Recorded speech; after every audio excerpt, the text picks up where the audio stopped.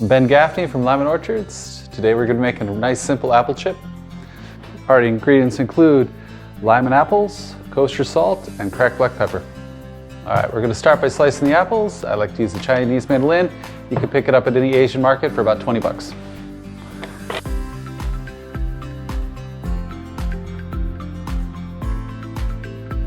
Now we're going to spread out the apple slices on a greased sheet pan.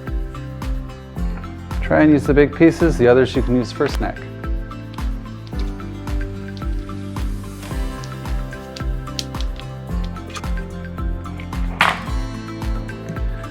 Don't overlap them or they'll end up being soggy. Now, just a little sprinkle of kosher salt and a sprinkle of cracked black pepper. All right, these chips make a great substitute for croutons on a salad for those gluten-sensitive people. We're gonna pop this in the oven for about 15 minutes. All right, our apple chips are ready to pull. Nice and toasty. Now we just gotta let them cool off and we're ready to go.